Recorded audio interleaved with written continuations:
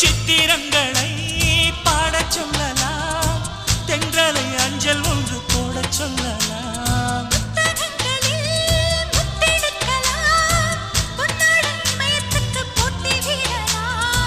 பூமிக்கு பொட்டு வைத்து பார்க்கலாம் பார்க்கலாம், பூவுக்கும் ஆடை தைத்து போடலாமா?